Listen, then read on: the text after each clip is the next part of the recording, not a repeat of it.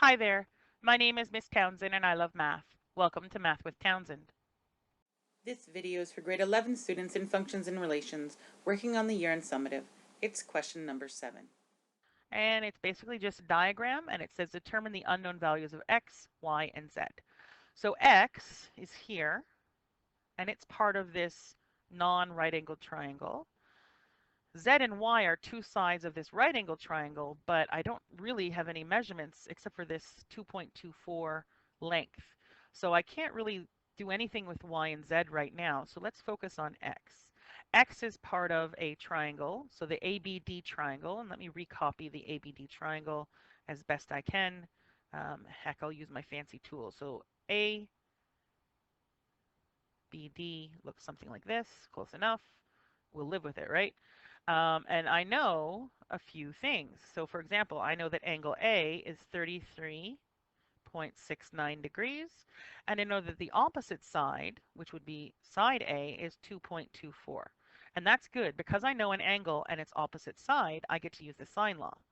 I also know that this side over here, which would be side little d, um, I know the length of that, that's 3.61, and the angle I'm looking for, which is x, is opposite it, which means I can use the sine law to solve for x without doing any other math in between. So let's set that up. I know that sine A over side A is sine D over side D. So A over A is D over D. Oops. And so what are the values that I'm going to substitute in?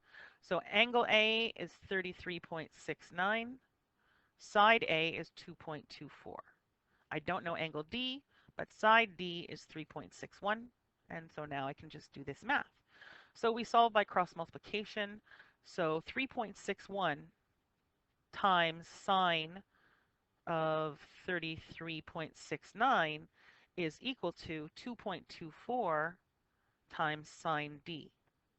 So to isolate sine D, I need to divide by 2.24. So if I divide by 2.24, this is what I get.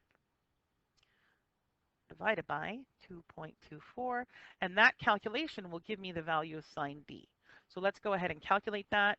So sine 33.69 times 3.61 divided by 2.24 gives me 0.8940, rounded correctly to 4 decimal places. And now to actually find angle D, I just need to do inverse sine.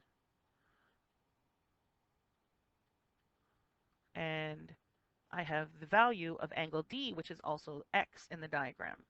So inverse sine on that, I get 63.4 degrees. So angle D is 63.4 degrees, which means x is 63.4 degrees. So I'll just emphasize that. Yay, I know the value of x.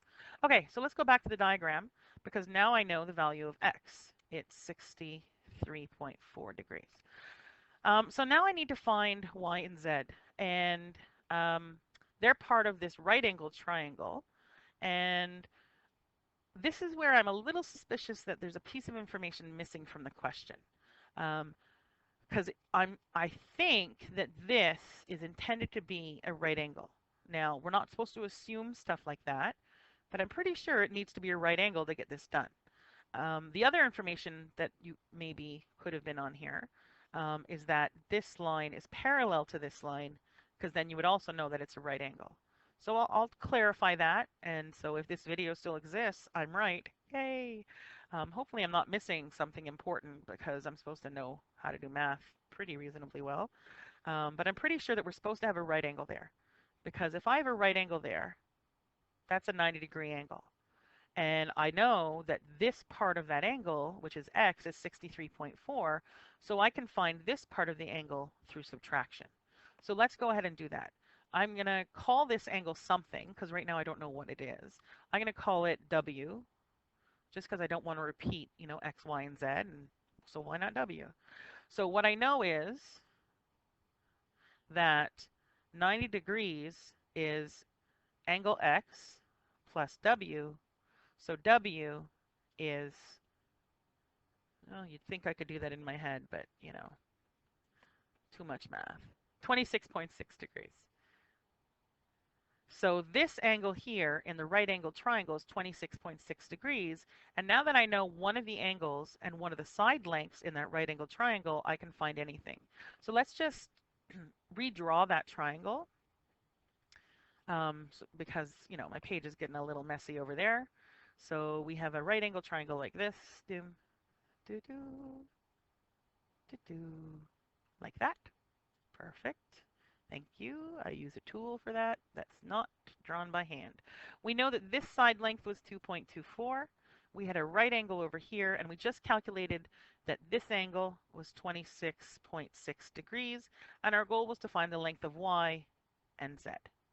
So now that we have a right angle triangle, we can actually use the basic trig ratios. So to set this up as a proper trig triangle, here's the angle I know, so that's theta. This side here, opposite the right angle, is the hypotenuse, and this side is adjacent to theta, and z is opposite theta. So if I want to find y, I need to find a trig ratio that relates the side I know, which is hypotenuse, to the side I want, which is adjacent. So if I scan SOHCAHTOA, there it is. Adjacent and hypotenuse are in a relationship called cosine. So cos theta is adjacent over hypotenuse. So let's sub in what we know. Cosine of the angle is adjacent, which is y, over hypotenuse, which is 2.24. So if I want to isolate y, I just need to get rid of this divide by 2.24.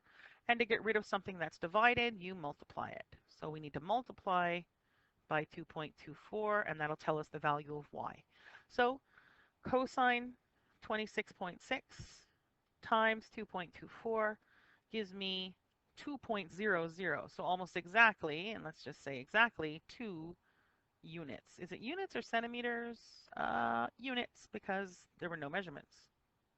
So that's the value of y.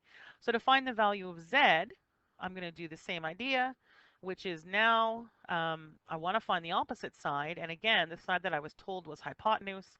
So if I scan SOHCAHTOA, opposite and hypotenuse are in the relationship called sine. So sine theta is opposite over hypotenuse. So sine of 26.6 is z over 2.24. So multiply both sides by 2.24, and I will know the value of z. So sine 26.6 times 2.24, I get almost exactly 1. So we'll say 1 unit. So I'm done the question. I found x, y, and z, but I'm just going to do one quick thing, which is because this is a right angle triangle, and I know, supposedly, if I've done my math right, that this is 2 and this is 1, I'm going to check my math really quickly using the Pythagorean Theorem, which is does a squared plus b squared equals c squared according to the numbers that I've calculated. Obviously, you don't have to do this, but it's always nice to, if you have the time, to check that you're right. So I'm going to see, does c squared equal a squared plus b squared? So I'm going to set up a left side, right side table. Left side and right side. So on the left side, I have c squared. So that would be 2.24 squared. On the right side, I have a squared plus b squared. So let's see what we get. So 2.24 squared is 5.0176. This is 4 plus 1 is 5. And because of rounding, I'm pretty confident that this works. So I think my answer is right, that I've solved for x, y, and z properly.